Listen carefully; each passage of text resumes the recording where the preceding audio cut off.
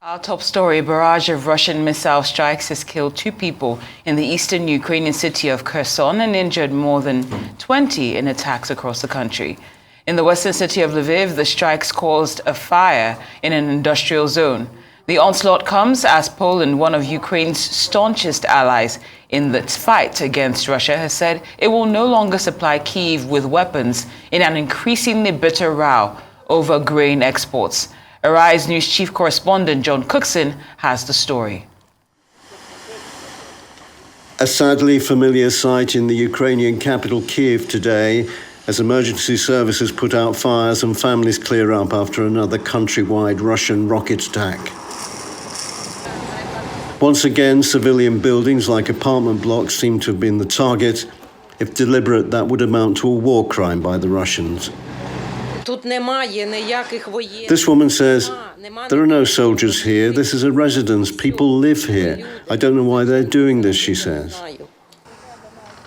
As the winter months approach, Ukraine has an insatiable need for military equipment to fight the Russian onslaught.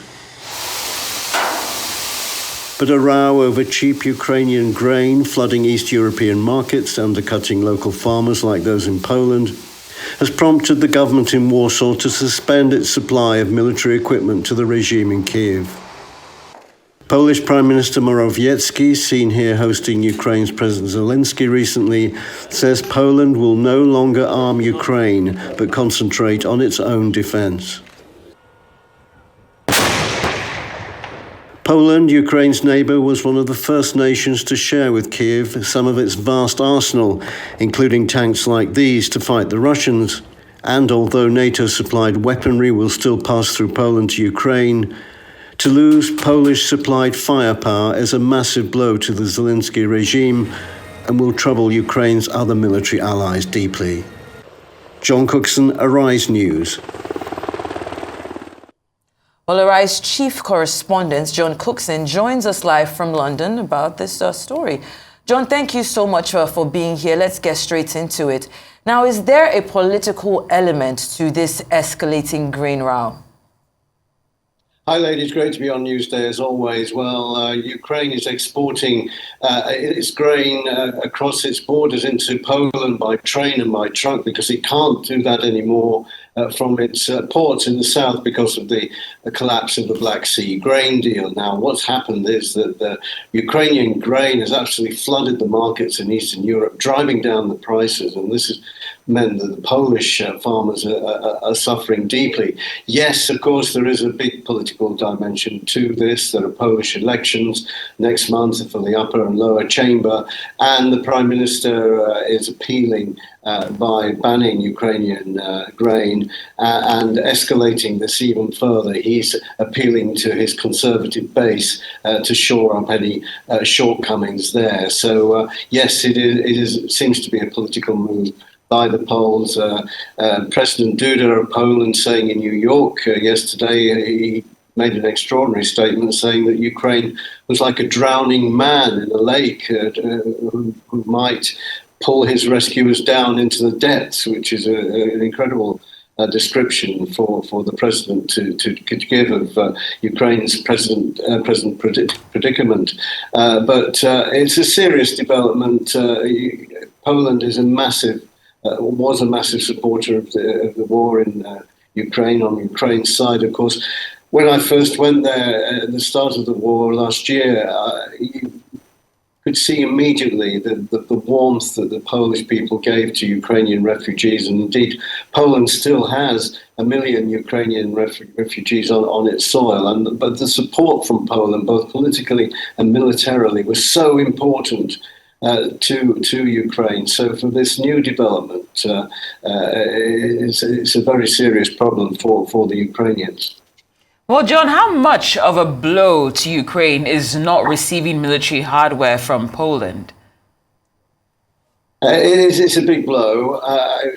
Two caveats. First of all, the arms that have been promised already, including artillery pieces, about 60 of those, the Poles say they'll fulfill that contract. And also, NATO channels a lot of military equipment through Poland, and there'll be no ban no stop to that. So those two caveats have to be made a note of. But Poland supplied Ukraine with lots of equipment, artillery pieces, Leopard tanks, Soviet-era MiG fighters, so valuable, and also just as valuable, the training that the Polish military gave to the Ukrainians as well was incredible. For that to stop, as I say, is a blow to the Ukrainian war effort.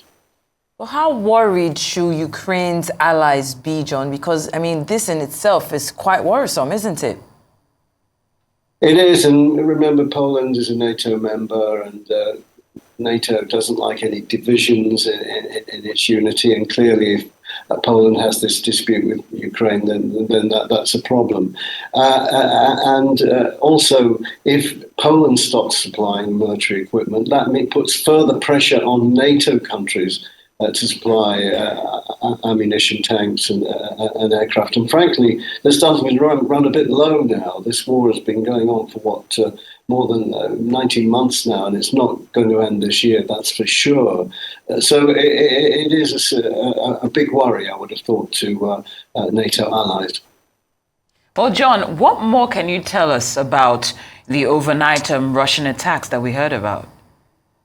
Yeah, well, as I said in my report, a number of Ukrainian cities hit, 5 in all, 2 people killed, sadly, in Kherson, attacks in Kiev, Lviv, Cherkasy, Kharkiv in the east.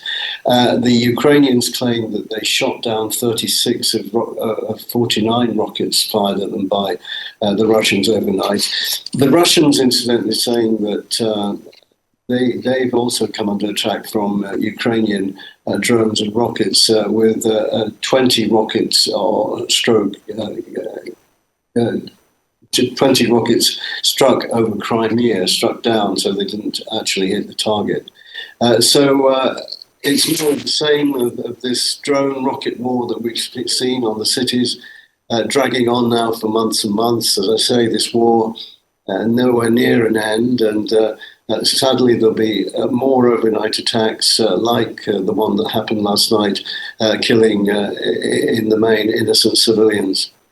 Well, then very quickly before we let you go, John, earlier this week, we saw Ukraine filing lawsuits to the World Trade Organization against those countries over the bans. It's saying it's a violation of international obligations. Do you think that would have any push or any say regarding this story?